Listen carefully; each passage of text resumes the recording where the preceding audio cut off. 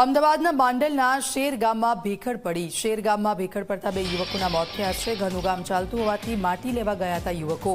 ભેખડ પડતા ટ્રેક્ટરની ટ્રોલી સાથે અથડાયા હતા યુવકો. ગંભીર ઈજાને કારણે યુવકોના મોત થયા છે. મૃતદેહને પોસ્ટમોર્ટમ માટે ખસેડવામાં આવ્યો છે. પોલીસે સમગ્ર મામલે તપાસની કામગીરી શરૂ કરી. તો ઘરનું કામ ચાલતું હોવાથી માટી લેવા માટે આ યુવકો ગયા હતા.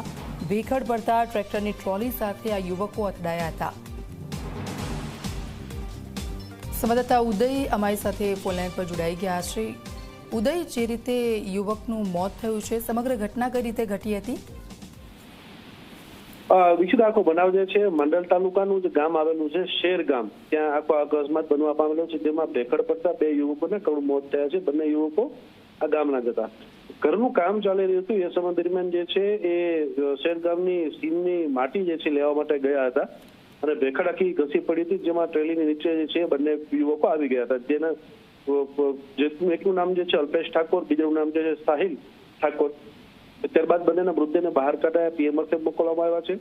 પીએમ માટે મોકલ્યા બાદ જે છે અંતિમ વિધિ કરવામાં આવશે. ત્યારે અકસ્માતને લઈને ગામની અંદર શોકની લાગણી જે છે ફેલી વહેલી છે.